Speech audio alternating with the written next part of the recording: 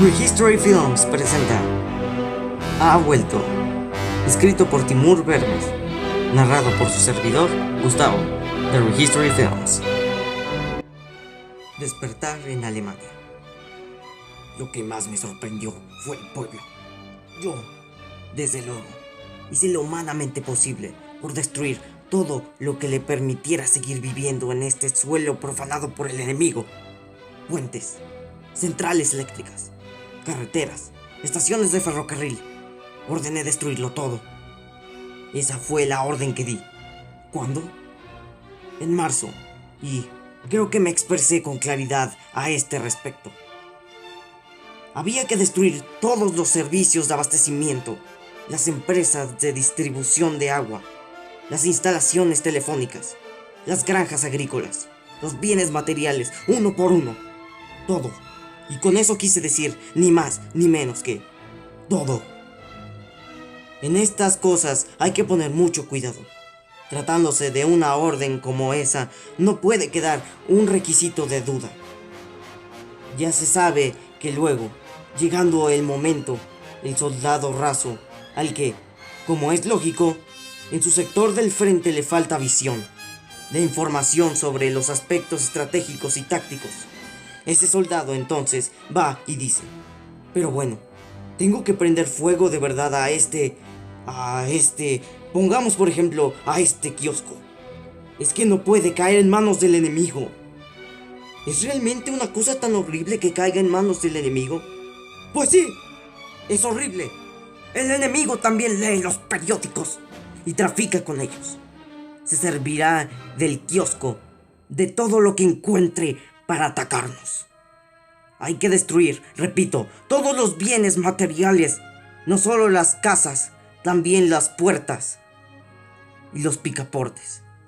Y luego, también los tornillos, y no solo los grandes. Hay que desatornillar los tornillos y deformarlos sin piedad. Y la puerta hay que pulverizarla, convertirla en serrín y después reducirla a cenizas. Porque de lo contrario, el enemigo inexorablemente entrará y saldrá por esa puerta como le venga en gana. Pero con un picaporte roto, con tornillos deformados y un montón de cenizas. ¡Ay! Quiero ver cómo se divierte el señor Churchill. En cualquier caso, estas exigencias son la brutal consecuencia de la guerra. Eso lo he tenido siempre muy claro.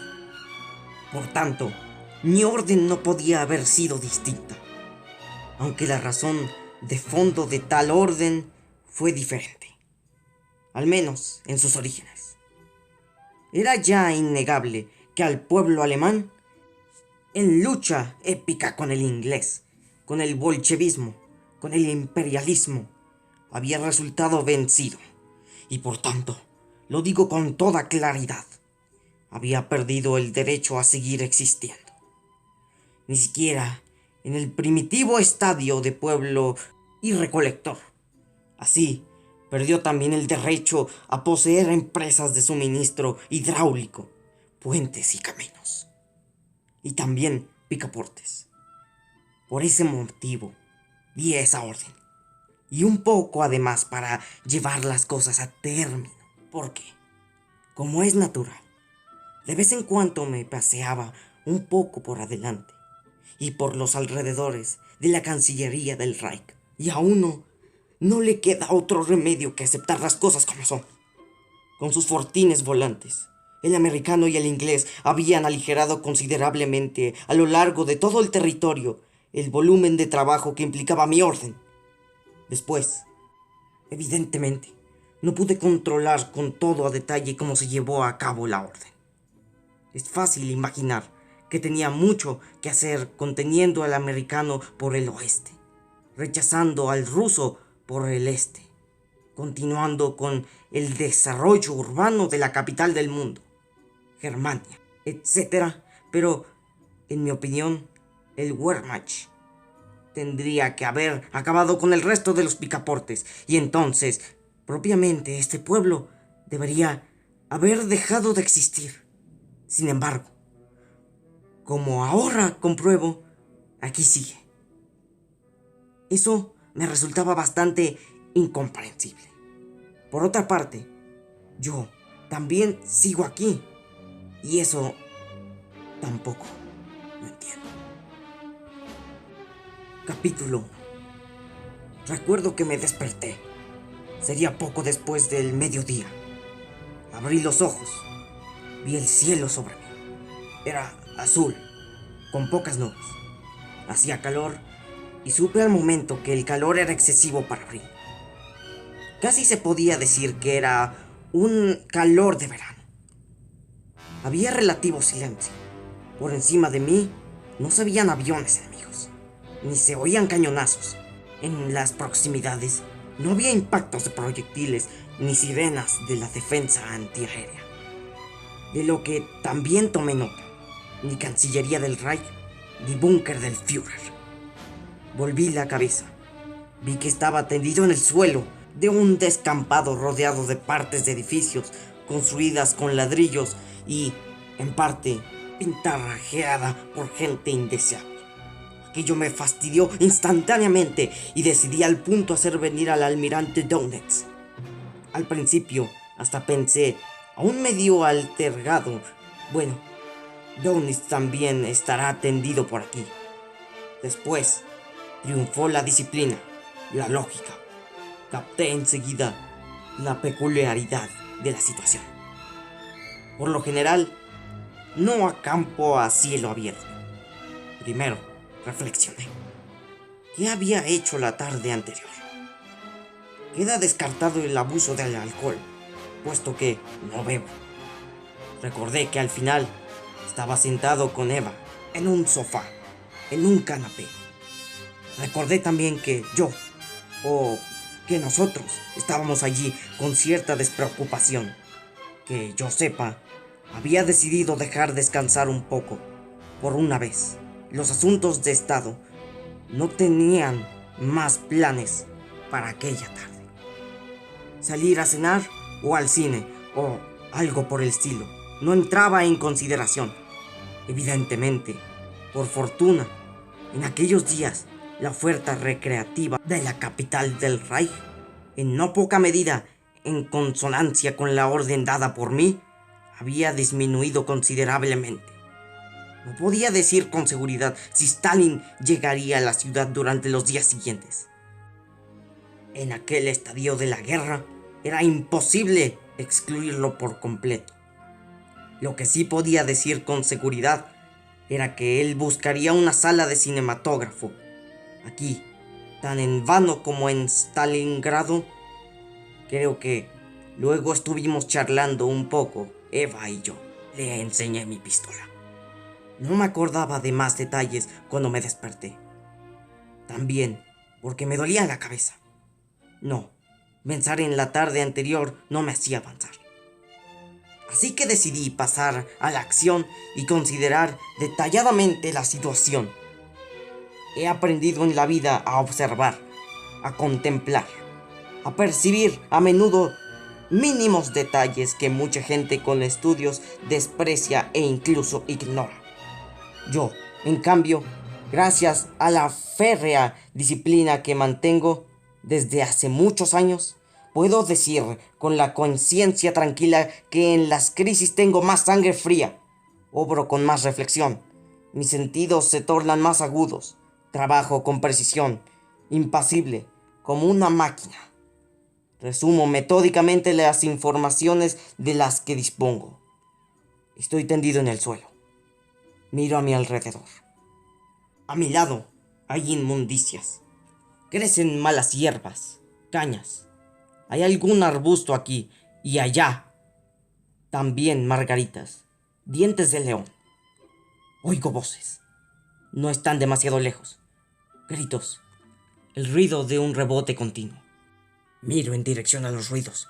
Vienen de unos chicos que juegan al fútbol.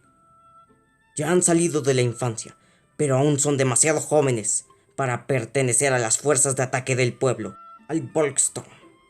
Supongo que pertenecen a las juventudes hitlerianas, pero ahora, evidentemente, no están de servicio. El enemigo parece haber dado una tregua. En las ramas de un árbol se mueve un pájaro. Está piando, cantando. Para muchos, eso es solo un signo de contento y alegría, pero en esta insegura situación en la que uno depende de todas las informaciones posibles, por pequeñas que sean, quien conoce la naturaleza y la diaria lucha por la supervivencia puede deducir de que por aquí no hay animales de presa. Justo al lado de mi cabeza se ve un cachorro. Parece que está disminuyendo. Seguramente ha llovido. Hace bastante tiempo. Pero no ha vuelto a llover desde entonces.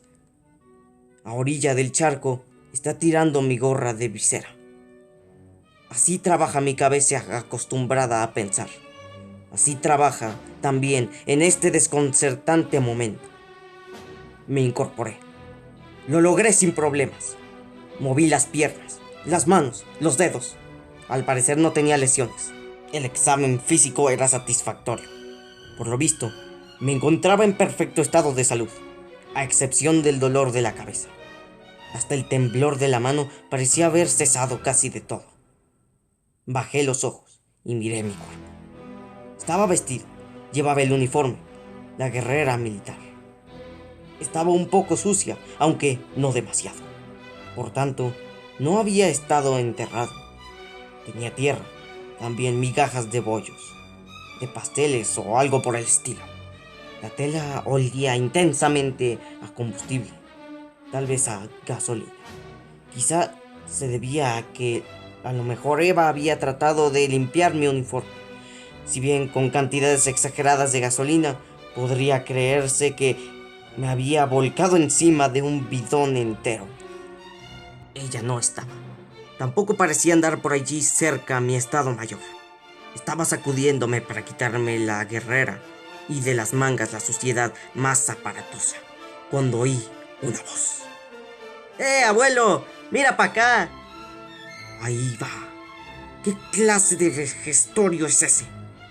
Al parecer, yo daba una impresión de desvalimiento. Los tres jóvenes hitlerianos se habían dado cuenta perfectamente. Interrumpieron su partido de fútbol. Se acercaron respetuosamente. Era comprensible encontrarse de pronto en inmediata proximidad del Führer del Reich alemán, en un descampado que por lo general se usa para el deporte y el fortalecimiento físico. Entre dientes de león y margaritas es un giro insólito en el transcurso de su jornada. Para el joven que aún no ha alcanzado la madurez, los chicos, sin embargo, vinieron a todo correr como galgos dispuestos a ayudar. Los jóvenes son el futuro. Los muchachos se reunieron a mi alrededor, aunque guardaron cierta distancia y me examinaron. Tras lo cual, el más alto de ellos, por lo visto el jefe de grupo, se dirigió a mí. ¿Todo bien, jefe? Aunque se preocupaban por mi estado, no pude dejar de constatar la completa ausencia del saludo alemán. Brazo en alto. Sí, claro, la manera de dirigirse a mí en extremo informal. Esa confusión de jefe y Führer podía ser debida a la sorpresa en una situación menos desconcertante.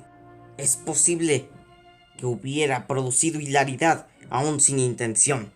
Del mismo modo que muchas veces ocurren las más curiosas escenas, incluso en medio de las despiadadas tempestades de acero de las trincheras. Sin embargo, el soldado ha de demostrar, por supuesto, determinados automatismos incluso en medio de situaciones insólitas. Esa es la finalidad de la disciplina militar. Si faltan esos automatismos, el ejército en su totalidad no vale un pimiento. Me puse de pie. No me resultó muy fácil. Al parecer, llevaba bastante tiempo tendido en el suelo. Me alicé la guerrera y limpié someramente las perneras del pantalón con unas ligeras sacudidas. Luego, me aclaré la garganta y pregunté al jefe de grupo. ¿Dónde está mi secretario? ¿Dónde está Bormann? ¿Quién es ese? ¡Bormann! Martin Bormann. Ni una maldita idea. No me suena. ¿Qué pinta tiene? La de un jefe de la Cancillería del Reich. ¡Por todos los demonios! Había algo absolutamente insólito en todo aquello. Estaba en Berlín, desde luego, pero privado. Eso era evidente. De todo el apartamento del gobierno, tenía que regresar con urgencia al búnker y lo veía clarísimo. Aquellos jóvenes no podían prestarme mucha ayuda. Lo primero era encontrar el camino. Probablemente no les parecí lo bastante desvalido a los jóvenes hitlerianos. Daban la impresión de querer reanudar su partido de fútbol. En cualquier caso, el más alto se dio la vuelta en dirección a sus compañeros, por lo que pude leer su nombre, que su madre había cosido en la camiseta deportiva de colores realmente chillones. ¡Joven hitleriano Ronaldo! ¿Por dónde se sale a la calle? La reacción fue escasa. Lamentablemente, he de decir que aquella tropa casi ni prestó atención. Sin embargo, uno de los dos más pequeños hizo al marcharse un gesto lánguido, con el brazo en dirección a una esquina del descampado, en la que, al mirar más de cerca, se descubría, en efecto, un pasillo. Mentalmente, tomé nota con vista a despedir a Rost, o alejar a Rost. Ese nombre era ministro de Educación desde 1933, y precisamente en su campo, el de la enseñanza, no hay lugar para una negligencia tan inconcebible. ¿Cómo va a encontrar un joven soldado el victorioso camino a Moscú, el corazón del bolchevismo? Sí, ni siquiera reconoce a su propio comandante. Me agaché, recogí la gorra, me la puse y caminé con paso firme en la dirección indicada. Primero, había que doblar una esquina y luego seguir, entre elevadas tapias, por un angosto pasillo al final del cual brillaba la luz de la calle. Un gato cauteloso pasó a mi lado, pegado a la pared. Tenía manchas y aspecto descuidado. Di otros 4 o 5 pasos y salí a la calle. Se me cortó la respiración ante la poderosa embestida de luz y color. Recordé haber visto últimamente la ciudad totalmente gris, por el polvo y por el uniforme de los soldados. Había además considerables montañas de escombros y daños materiales por todas partes. Ante mí, sin embargo, no había nada semejante. Los escombros habían desaparecido, o al menos los habían retirado con todo cuidado. Las calles estaban despejadas. En los bordes había numerosos, o más bien innumerables coches multicolores que serían sin duda automóviles, pero eran más pequeños y tan avanzados que parecían que el diseño podría haber estado en gran parte en manos de la fábrica Messerschmitt. Las casas estaban cuidadosamente pintadas con colores muy diversos que me recordaban las golosinas de mi infancia. Confieso que la cabeza me dio vueltas un poco. Buscaba con la mirada algo familiar. Vi un banco deslucido en una franja de césped al otro lado de la calzada. Anduve unos cuantos pasos que, no me da vergüenza decirlo, quizá produjeron cierta impresión de inseguridad. Oí un timbrazo, el ruido de la goma que frenaba sobre el asfalto y luego alguien que vociferaba. Pero bueno, viejo, ¿aún te tienes en pie? ¿Estás ciego? Yo le ruego me disculpe, me oí decir, asustado y aliviado a la vez. A mi lado había un ciclista. Esa escena al menos sí me era familiar, doblemente además. Seguíamos en guerra. Para protegerse llevaban un casco que, sin duda, debido a anteriores ataques, estaba muy deteriorado. O, para hablar con propiedad, completamente agujerado. Pero, ¿con qué pinta vas tú por la calle? Yo, perdón, tengo que sentarme. Lo que tendrás más bien es que acostarte y además por una buena temporada. Me puse a salvo en el banco del parque. Seguramente estaba un poco pálido cuando me dejé caer sobre él. Ese hombre, más bien joven, tampoco parecía haberme reconocido. Y tampoco saludó con el brazo en alto. Su reacción parecía ser de la quien ha medio atropellado a un transeúnte cualquiera. Y con esa negligencia actuaban todos. A mi lado pasó un señor mayor que me miró con cara de asombro. Luego, una voluminosa señora con un cochecito infantil futurista, otro elemento familiar, pero eso no logró ofrecer una mejor perspectiva a mi desesperada situación. Me levanté, me acerqué a ella con una actitud que trataba de parecer enérgica. Perdone, puede que le extrañe, pero necesito saber con urgencia el camino más corto a la Cancillería del Reich. ¿Actuó usted en el programa de Stefan Raab? ¿Cómo? ¿O es actor ese Kerkeling disfrazado? ¿O sale en el programa de Harald Schmidt? Seguramente fue el nerviosismo el que me hizo perder un poco la contención y agarrarle a un brazo. Haga un esfuerzo, señora. Tiene usted obligaciones como miembro de la comunidad del pueblo. Estamos en guerra.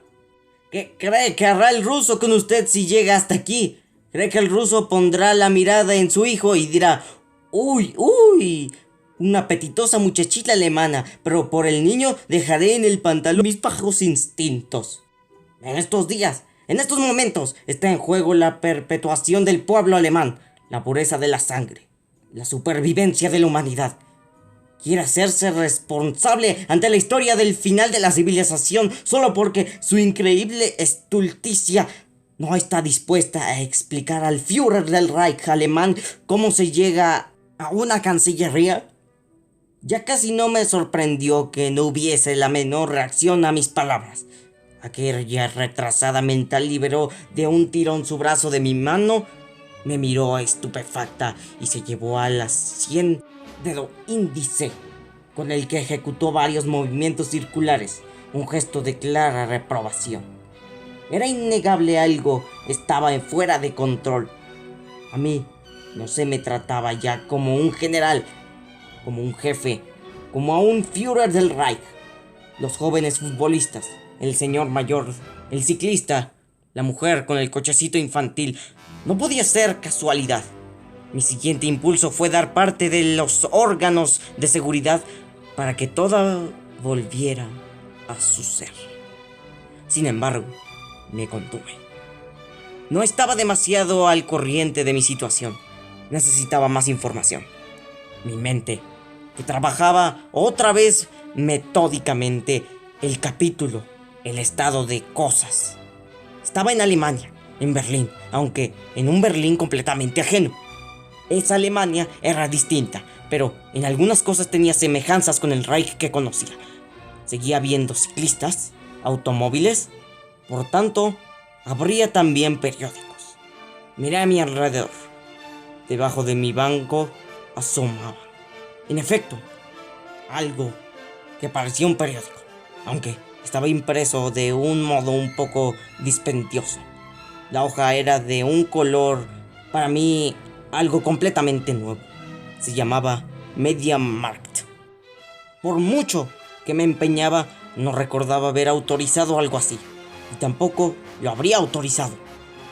Las informaciones que allí habían eran completamente inteligibles. Mi indignación fue grande al ver que, en tiempos de escasez de papel, con semejante porquería llena de disparates, se perdían para siempre valiosos recursos propiedad del pueblo. Que Funk se preparase a recibir una flípica cuando yo estuviese de nuevo sentado ante la mesa de mi despacho. Pero ahora necesitaba noticias fiables. Periódicos como el Volkskrieger, Beobachter, el Stürmer. De momento, hasta me habría dado por satisfecho con el Pansbar de Berlín. Y, en efecto, no lejos de allí había un kiosco, e incluso a aquella considerable distancia se distinguía el extraordinario surtido que parecía tener. Cualquiera habría pensado que estábamos disfrutando de la más dudosa y ambigua de las paces. Me levanté impaciente. Ya había perdido demasiado tiempo. Era urgente volver a poner las cosas en su lugar. La tropa necesitaba recibir órdenes. Posiblemente ya me echaba de menos en otro sitio.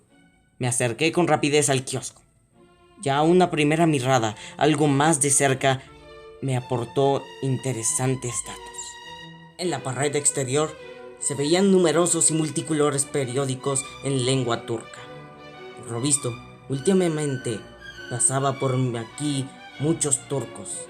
Mi estado de inconsciencia había durado mucho, al parecer, y durante ese tiempo viajaron muchos turcos a Berlín. Eso era interesante. Al fin y al cabo, el turco, en el fondo, un fiel colaborador del pueblo alemán, siempre ha sido neutral. Pese a nuestros considerables esfuerzos, nunca fue posible hacerle entrar en la guerra como aliado del Reich. Pero ahora, parecía que durante mi ausencia, alguien, seguramente Donetsk, había convertido al turco para que nos apoyara. Lo convenció. Y el ambiente de la calle, más bien apacible, llevaba a la conclusión de que la intervención turca había producido de modo evidente un cambio decisivo en la guerra. Estaba asombrado. Sin duda, siempre había respetado al turco, pero jamás le habría considerado tan eficiente. Por otra parte, debido a mi falta de tiempo, nunca pude seguir con detalle la evolución de ese país. Las reformas de Kemal Atatürk tuvieron que darle un impulso verdaderamente sensacional. Eso era, al parecer, el milagro al que también Goebbels vinculaba sus esperanzas. Me latió el corazón, lleno de ferviente optimismo. Había valido la pena que el Reich, no perdiera nunca, ni siquiera en el momento de la supuestamente más profunda oscuridad, la fe en la victoria final. 4 o 5 publicaciones distintas en la lengua turca y de abigarrados colores daban un testimonio inconfundible de ese nuevo eje, de un inconfundible eje Berlín-Ankara. Ahora que mi mayor preocupación, la preocupación por el bienestar del Reich, parecía calmada de manera tan sorprendente, solo me quedaba averiguar cuánto tiempo había perdido yo en ese curioso letargo, tendido en un terreno baldío con casas alrededor. El Völkisch Beobachter no se veía por ninguna parte. Probablemente estaba agotado. Por eso, eché una ojeada al siguiente periódico de apariencia más familiar. Uno que se llamaba Frankfurter Allgemeine Zeitung. Era nuevo para mí. Sin embargo, comparado con algunos otros allí expuestos, me agradó la hermosa letra gótica del título, que inspiraba confianza. No perdí un solo segundo leyendo las noticias. Busqué la fecha del día. Allí ponía 30 de agosto de 2011. Miré esa cifra. Desconcertado sin darle crédito, dirigí la mirada a otro periódico de Berlín Zeitung, provisto también de una impecable escritura alemana, y busqué la fecha 2011. Arranqué el periódico de su sujeción, lo abrí, pasé a la página siguiente y luego a la otra, 2011. Vi que la cifra empezaba a bailar, casi sarcásticamente. Se movía despacio hacia la izquierda, luego más deprisa hacia la derecha, luego regresaba más deprisa aún, de modo parecido a ese balancearse, cogidos del brazo que tanto les gustaba a las masas populares cuando están en una carpa cantando y bebiendo cerveza. Mis ojos trataban de seguirla. Después el periódico se me fue de las manos. Noté que me caía hacia adelante. En vano busqué apoyo en las distintas revistas hasta que caí al suelo. Luego perdí el conocimiento. Fin del capítulo. Hey, aquí en Rehistory Films. Espero que hayan disfrutado este primer capítulo de Ha Vuelto, escrito por Timur Vermes.